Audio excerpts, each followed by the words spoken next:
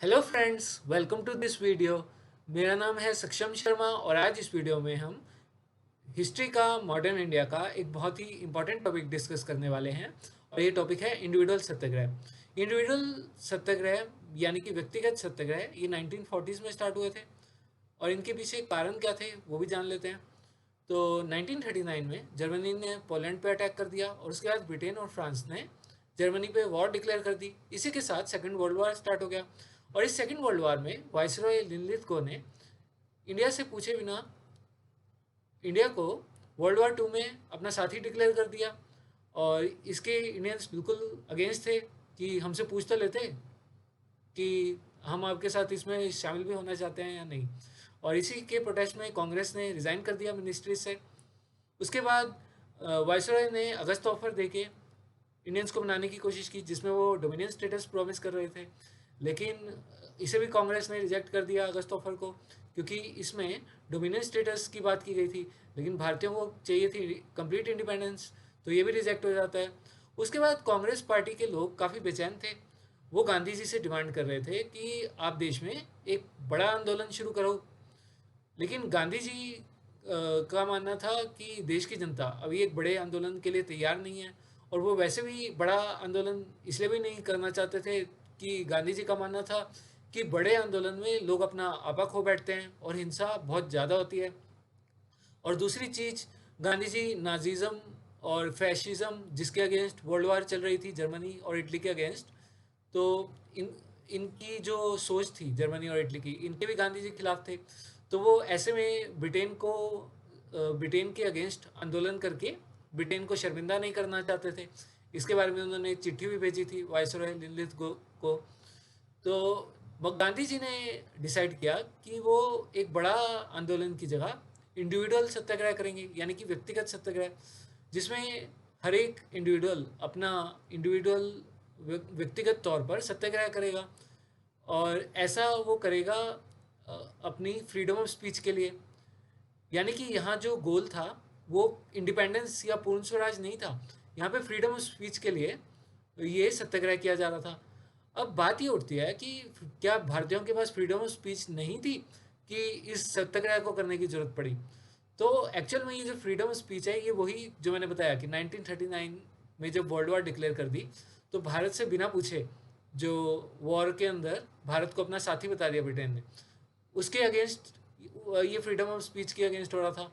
ऊपर से जो प्रेस के ऊपर रिस्ट्रिक्शंस लगा दी गई थी 1940 में, डिफेंस ऑफ इंडिया एक्ट फिर से ले आया ब्रिटेन जो है, डिफेंस ऑफ इंडिया एक्ट ले आए फिर से। और इस डिफेंस ऑफ इंडिया एक्ट के तहत प्रेस के ऊपर काफ़ी सारी रिस्ट्रिक्शंस लगा दी थी।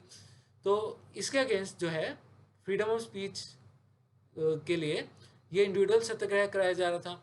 और ये मेनली मतलब सिंबॉलिक तौर पर ही करने थे, इनका जो स्कोप था काफ़ी लिमिटेड था और ये नॉन वायलेंट नेचर पे होने थे। इसमें महात्मा गांधी ने स्पेसिफिक कुछ सत्याग्रहीज को चुनेंगे और वो जो लोग हैं वो जगह जगह जाके भाषण देंगे। और वो ये जो भाषण देंगे ये वॉर के खिलाफ, और कहेंगे, गांव वालों से कहेंगे कि किसी भी तरीके से ब्रिटेन को सपोर्ट नहीं करना वॉर के अंदर। और इसकी एक खास बात ये थी कि लोग भाषण देने से पहले डिस्ट्रिक्ट मैजिस्ट्रेट को भी एक चिट्ठी लिख देते थे कि हम यहाँ पर इस तारीख को इस जगह पे भाषण देने वाले हैं, आपको जो करना है कर लो। तो इस तरीके से ये सत्याग्रह ऑर्गेनाइज किया गया। ये तो इसका फर्स्ट फेज़ था। फर्स्ट फेज़ में तो ये यहीं तक लिमिटेड रहा सत्याग्रह। उसके बाद इसका सेकंड फेज़ भी शुरू हुआ। सेकंड फेज़ में क्या हुआ कि पहले तो बंदा भाषण देगा गांव के अंदर जाके, और भाषण देने के बाद बाकी सारे जो गांव वाले हैं उनको लेके वो दिल्ली की तरफ निकल पड़ेगा और नारा दिया गया दिल्ली चलो। तभी इसीलिए इस आंदोलन को दिल्ली चलो मूवमेंट के नाम से भी जाना जाता है। तो एम्स क्या क्या थे इस आंदोलन के, कि ये दिखाने के लिए कि जो नेशनलिस्ट पेशेंस है वो वीकनेस के कारण नहीं है, और लोगों ये बताने के लिए कि जो भारत के लोग हैं वो वॉर के अंदर इंटरेस्टेड नहीं है।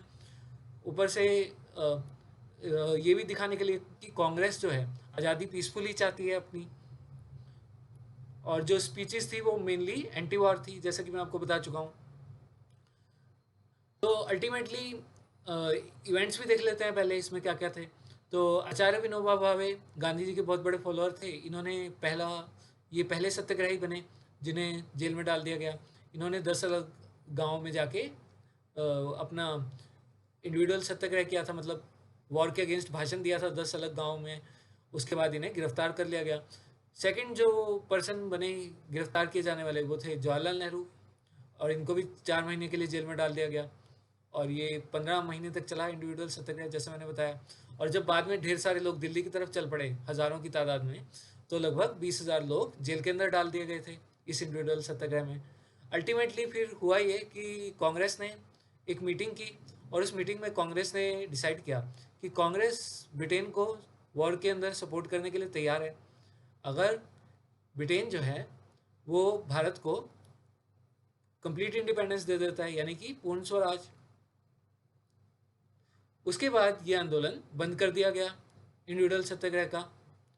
तो उम्मीद है आपको ये लेक्चर समझ आया होगा, और अगर पसंद आया है तो लाइक और सब्सक्राइब ज़रूर करिएगा और दोस्तों के साथ भी शेयर करिएगा। धन्यवाद।